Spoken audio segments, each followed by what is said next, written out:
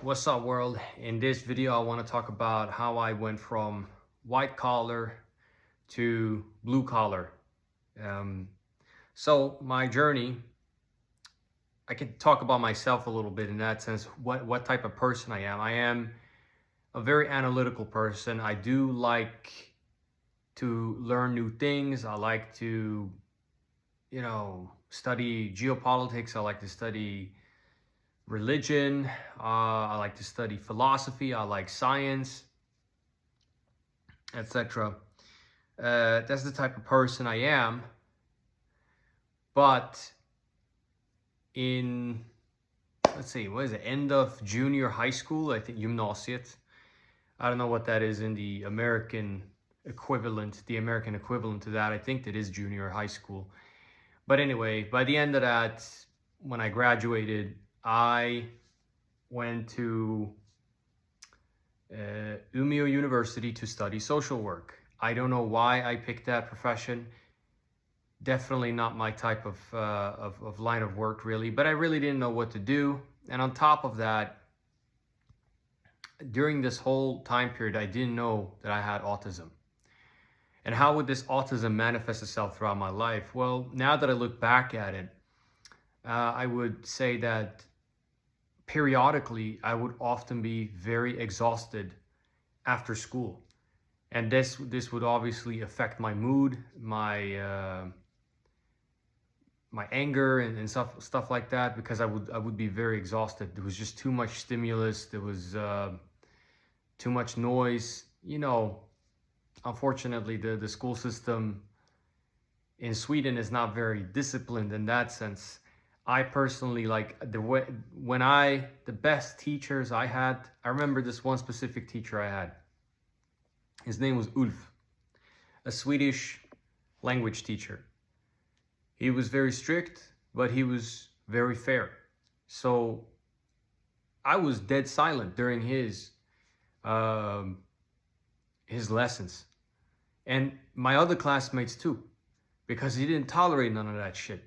And I wish we had more of those teachers during my time, and we definitely should need them today, because the school system today, in many schools in Sweden, especially in immigrant and low-income neighborhoods, are absolutely catastrophic. I used to work 50% in one of these places for a short period of time. I was working as a janitor, school janitor, and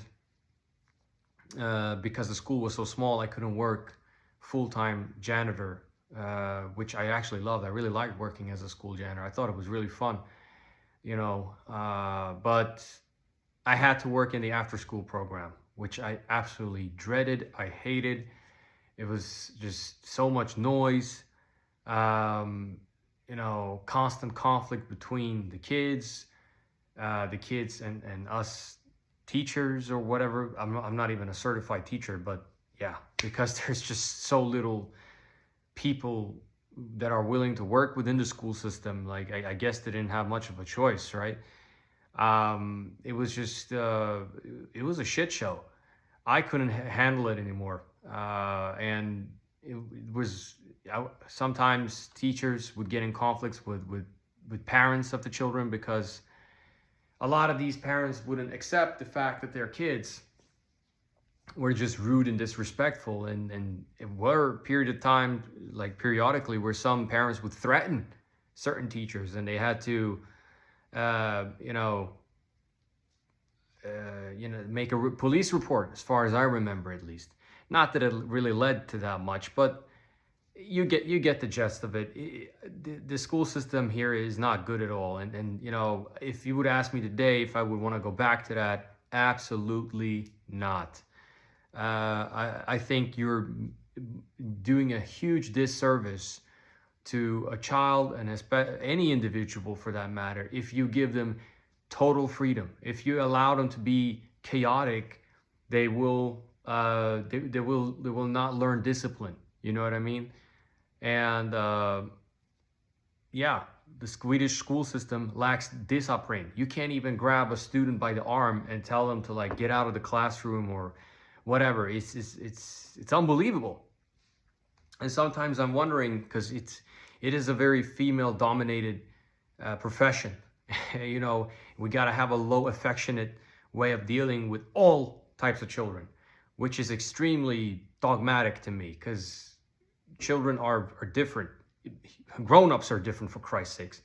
You know, we are all unique individuals in that sense. um, Low affection might work for kids that come from stable middle class environments, but not necessarily for from these type of environments. So I think that the whole, you know, one suit fits them all type of approach is just crazy to me. And keep it a buck with you, I think a lot of I would have thrived in that, in this type of environment that I'm going to describe now.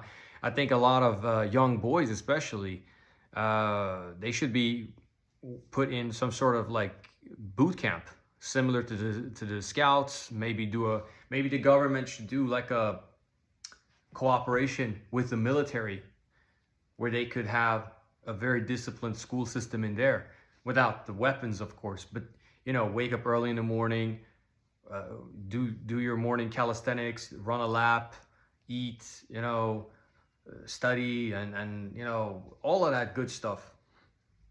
Because fundamentally, men and women are different, right? We have a hormone called testosterone, shockingly, right?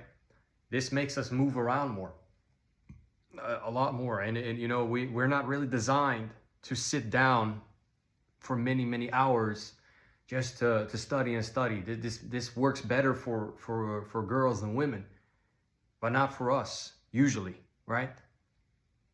Unless it's perhaps maybe a topic that we like, maybe, you know. But even then, you know, I personally, for example, when I consume alternative media in terms of geopolitics, I like to do something while I'm listening. Maybe vacuum, maybe clean the bathroom or something like that, or the kitchen. I find that way easier to learn. But I'm sorry, I went off on a tangent there. But anyway, so that's how my autism would often manifest itself in that sense, right? I have my special interests, and I would spend many hours on them. You know,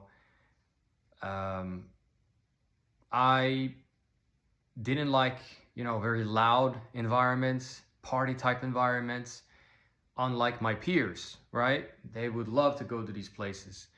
And this is what we talked about in one of my previous videos. Right place at the right time. That's sometimes a good indicator that you can smash a lot, so to speak. But I just didn't have that mental bandwidth, bro. You know, I was just exhausted a lot of times when I came home from school. And I was just so disappointed in myself, because I'm like, am I just fucking lazy? Like, come on, man, where's the energy? Periodically, I would do very well in school, though. But those times were perhaps a bit more calmer. You know what I mean? More cooler in the classrooms. It would shift, you know, on and off. So that's how I could perhaps describe myself. And I didn't know what to do in my life, so I ended up in Umeå University studying social work. I absolutely hated it. I was so depressed up there, because I didn't know what to do in my life, and I didn't know where to go. So I just kept going. I took the degree, and yeah, I started working as a social worker for like 3 years. You know, in the social services. I've worked with, you know, in the criminal justice system a little bit, short period of time here and there. I worked in, as of late, after many years, I gave it another shot again. So last year, I tried to work in the juvenile detention center. That was just too much stimulus. So now I know for sure that social work is not my thing. I'm not going back there again.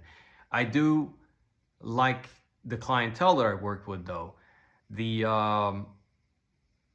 the young kids that were there, 15, 16, 17, 18, they were very calm, surprisingly, I have to say. I think because they were separated from their friends in the streets, they didn't have any phones, so I perhaps that kind of calmed them down. But I was kind of surprised how disciplined they were in that sense, to be honest. But that shows you how much structure and discipline will do for many individuals. Okay, I think that is extremely necessary. And again, we're doing a huge disservice to young people, especially, to allow them too much freedom in that sense. But anyway, I worked with this stuff for like what, 3, 4 years, perhaps, all in all, 3.5 maybe.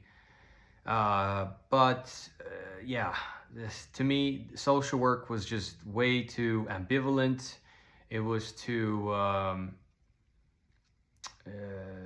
it's just, for me, it was just kind of aimless. Like, what am I doing exactly? You know what I mean? And it went so far as that, because I didn't understand the work assignment per se, and they couldn't really fire me because I hadn't really done anything. And this was my time during the social services. I spent most of my days just watching YouTube videos and going on pointless meetings between kids and their parents, like, you know what I mean? And I was just, yeah, I was fed up with it. And by 2020 or something like that, or 2021, I don't remember, but one of those years, I went to the psychiatry unit to get evaluated for ADHD in the beginning, and I was given different types of medication, and eventually I ended up with Ritalin, right? I started to have good concentration. I could,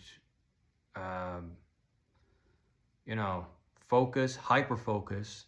The problem was, though, with ADHD medication, you gotta up the ante to sort of up the dosage to have a similar effect as you did the first time. And that's not good for the heart. Your sex drive and all of that, your appetite gets suppressed.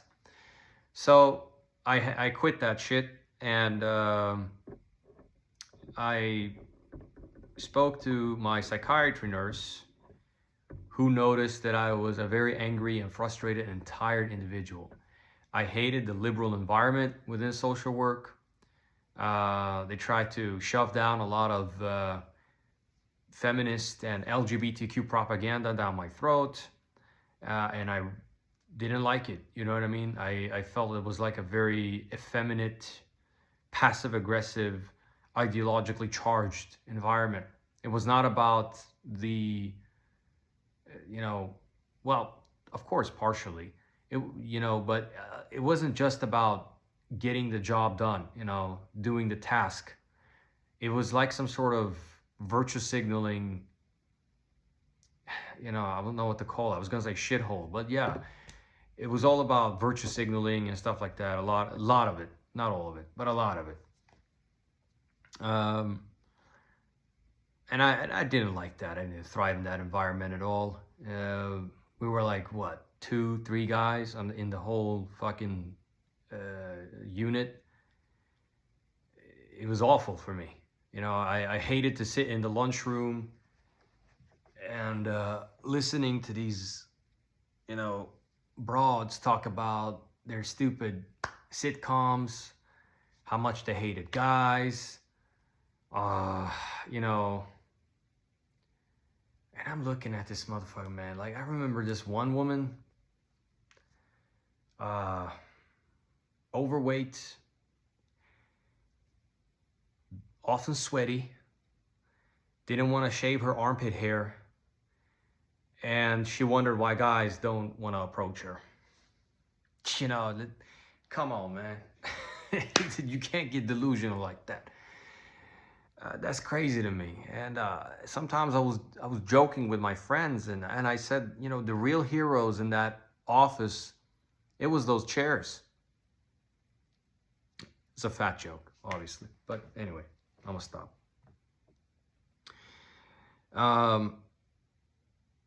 So no, after, what was it, 2021 or something? But yeah, I decided I want to get bought out. 6 months pay, and I want to get out of here. And I did. Because the alternative was to stay another year where they can do like a work investigation of how I could do the work differently. And to me, it was like, fuck this. This is just humiliating at the end of the day. I don't have the bandwidth to deal with this stuff. So I tried another path, and that was software engineering. So I tried a software engineering course, and JavaScript wasn't my thing, but at the same time I was also pursuing security. So I took my first security course as a väktare. In Sweden we have different types of security guards. A väktare is I don't know what to say, like the lowest in a way. They don't have really that much authority in the sense. Like we have another one called ordningsvakt. They have pretty much the same authority to arrest you on suspicion, like a police officer. But väktare don't. Väktare also work often in very lonely type of environments, so to speak. Not always, but many times. And so I took that course, and the first course I paid out of my own pocket, and I became a consignment worker for a security company here in Malmö. And I did basically stationary security, and that it was a pretty boring job. Absolutely was boring. Every hour you would go outside, patrol the area, and then you go back to your basement or the car that you sit in the parking lot. We would usually watch Netflix or read books. I would read books a lot. And that's it. And maybe talk a little shit with your colleagues who hated their jobs. Yeah, a lot of them actually hated their job. I wouldn't say I hated it, to be honest, but it was a little boring. Except for like this one place. I think I was in the passport unit, where I did a little bit of help the other security guard. They had an ordningsvakt there, and I was assisting him a little bit. And back then, getting a passport, this was like 2021 or 2022. There was huge issues with issuing passports from the police authorities. So there was long lines. People would come there 5, 6 in the morning and just basically, beg me, please give me clearance first so I can get in there. That was kind of fun to me. Not fun, but it was like, damn, bro, you guys are that desperate. There was a couple of bad bees that were, trying to get your number. I guess they like that authority figure type shit, but they weren't that many. I think there was this exaggerated, image that security guards would just, get women's numbers left and right and get laid and so forth. I think that if you work as an ordningsvakt in a club, that can maybe happen, maybe. But I don't, or maybe a hospital, because I heard nurses and shit like that are they cheat like crazy. But anyway, not my type of job. But I think it was a good experience, nonetheless. What ended my career, so to speak, in that was the fact that we did get a contract with the Swedish criminal justice system. They didn't have enough COs, so they wanted us to assist them in the National Transportation Unit. So basically transport suspected or alleged or convicted criminals from jail to courthouse and then back to their jails, basically jail cells. That's it. So we were basically taxi service. But that environment was extremely toxic, and I don't like to use these type of terms loosely, but it was a pretty toxic environment. First of all, the correctional officers didn't like us security guards. They viewed us as like lower class or something like that. I don't know what it was. I didn't even know there was such a big deal between us, but apparently that was a huge thing. They didn't like us. They thought that we were just not on their level or on par or whatever. Then there was, for us with, ethnic backgrounds, so to speak. They didn't like us, immigrant. They didn't like people with immigrant backgrounds, especially if you were Middle Eastern or Black or, Latino or something like that. They didn't like us. So, yeah. What can I say? I mean, unfortunately, I got into a little bit of a discussion with one of the CEOs who, he was a former military guy. It was a lot of those guys in there, actually, a lot of former military dudes. And this was right in the beginning, I believe, in 2022, where, or was it the middle of 2022? I don't remember, but it was during the time when Russia and the Ukraine thing started to pop off, the SMO, Special Military Operation, as the Russians call it, right? I got into a discussion. My dumbass shouldn't have done that, but I did. And this guy was talking about how the Russians suck, the Russians are this and that, they're, just to sum it up, they're basically the scum of the earth, according to this guy, right? And they will lose the war. So I said that the probability of them losing the war is probably not that high. It's probably low. I think Ukraine will probably lose the war, just mathematically speaking, because Russia has a larger industrial capacity and they produce more weapons.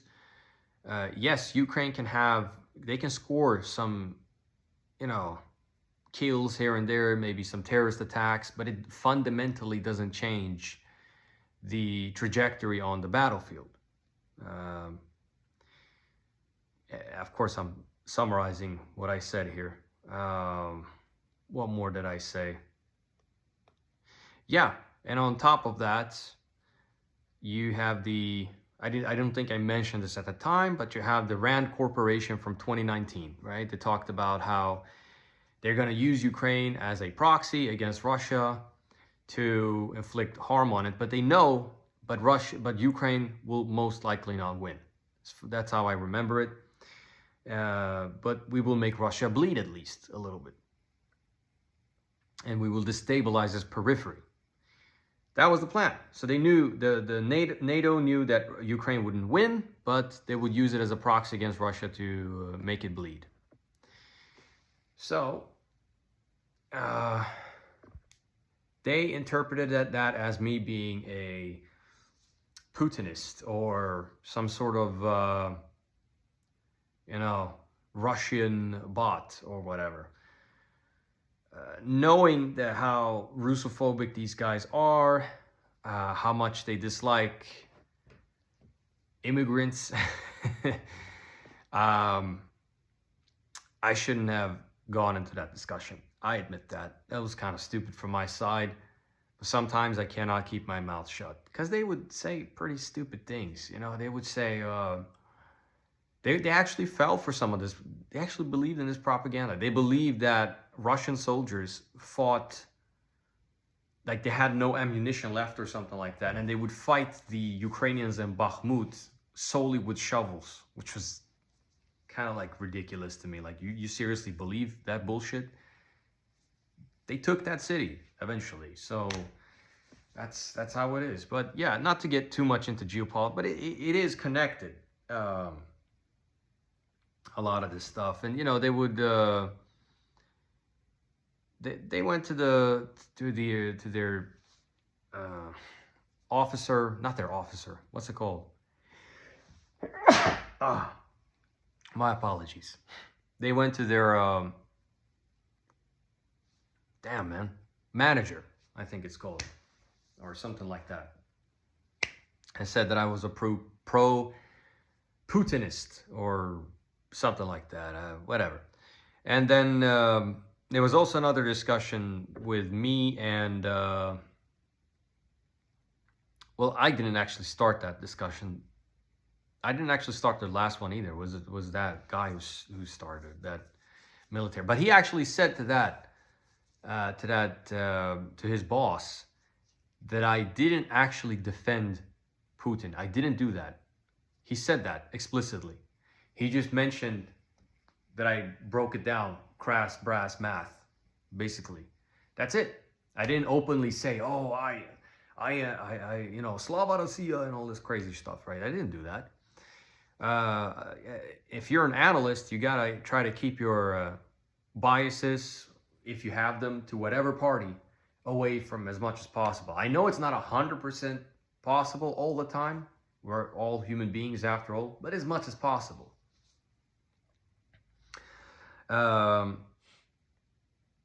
Right. There was another incident with a older Swedish woman who kept asking me about Iran, because I am Iranian, right? I'm Iranian.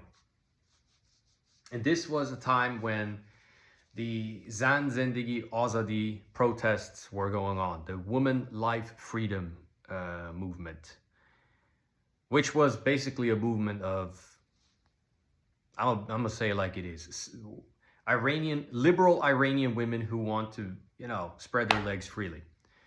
That's what it was about. I'm gonna catch a lot of heat for that, but I stand by that. Because I have met their kind here in the West. There's a lot of them here, and they have a notorious reputation for being slores, as they say. And they equate freedom and democracy with being promiscuous. So they want to spread corruption throughout the land. That's their main goal, openly at least.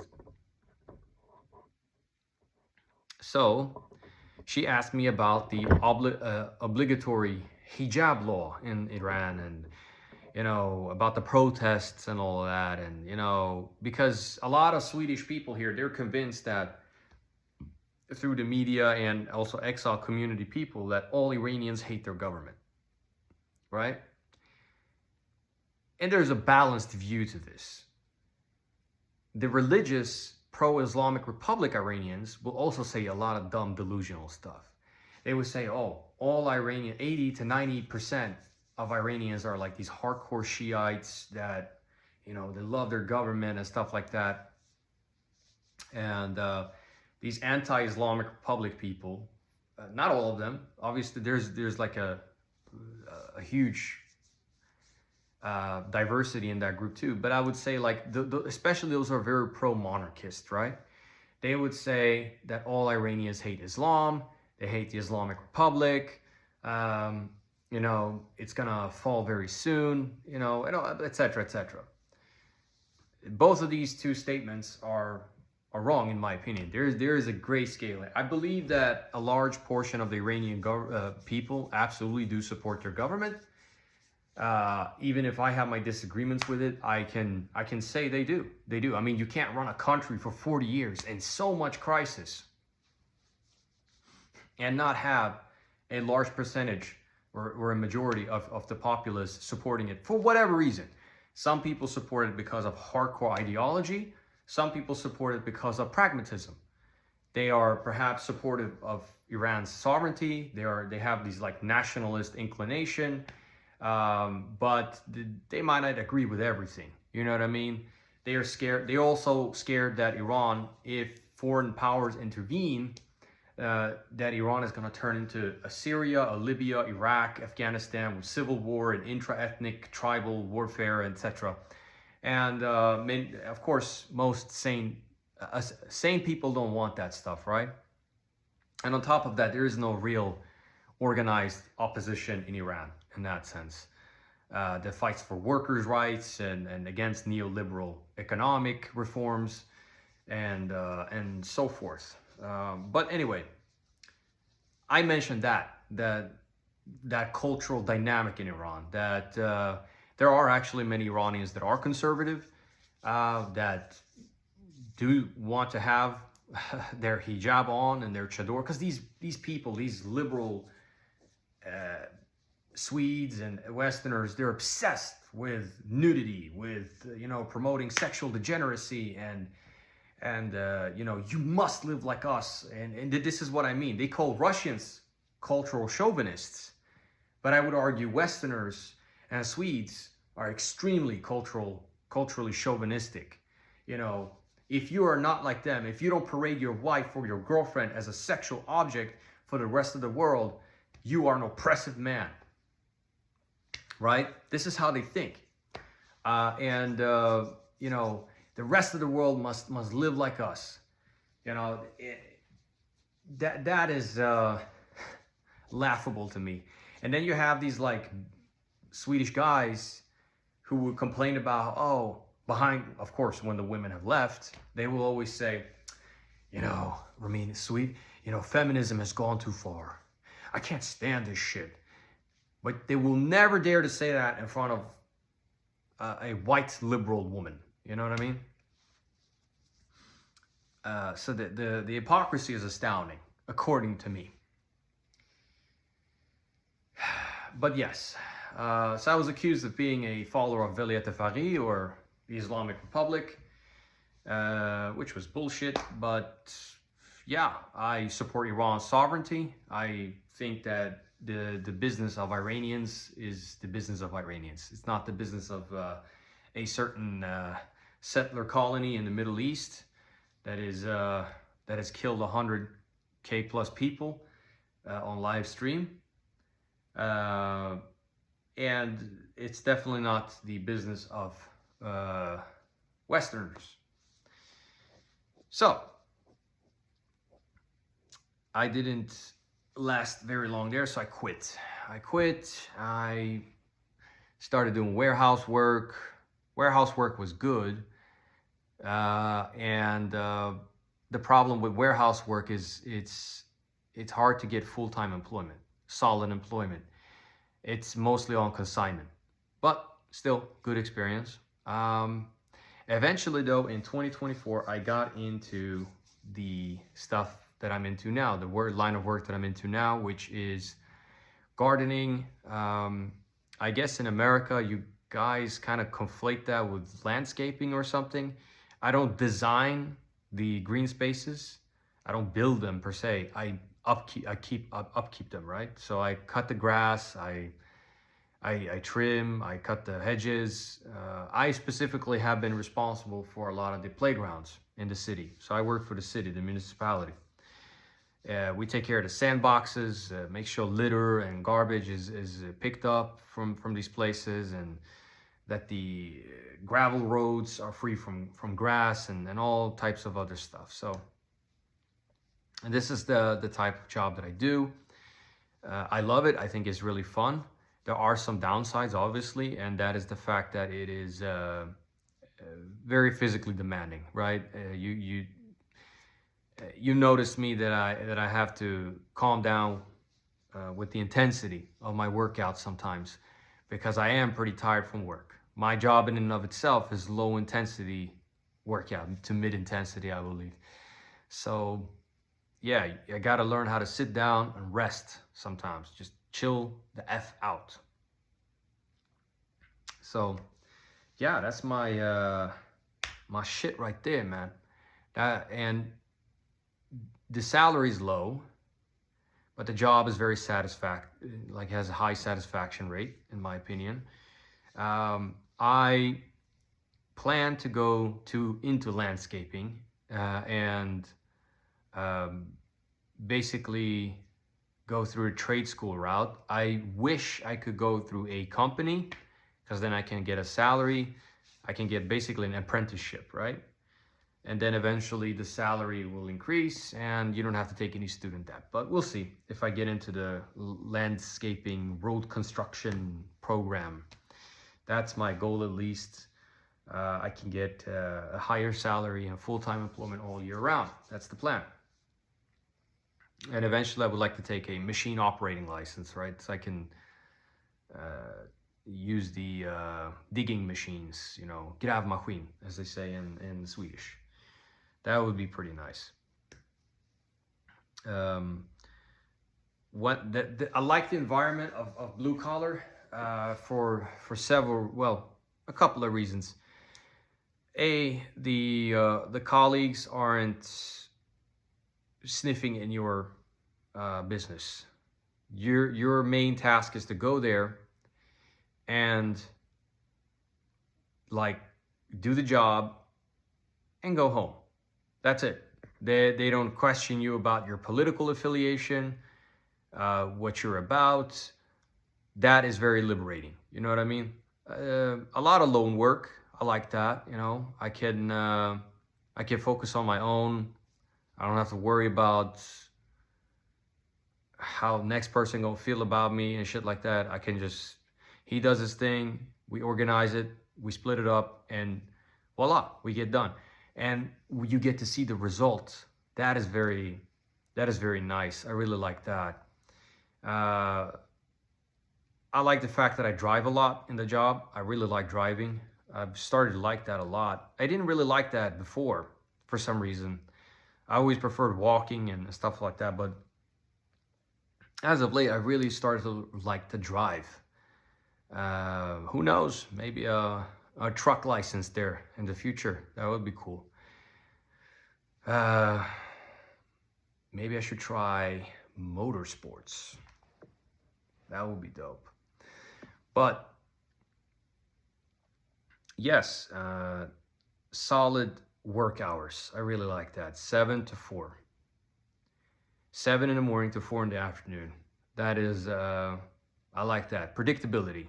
As a guy with on the spectrum, predictability is very important. We really like that stuff. So yeah, those are the things that I can come up with spontaneously, and that this is my journey. I hope you like what I had to say.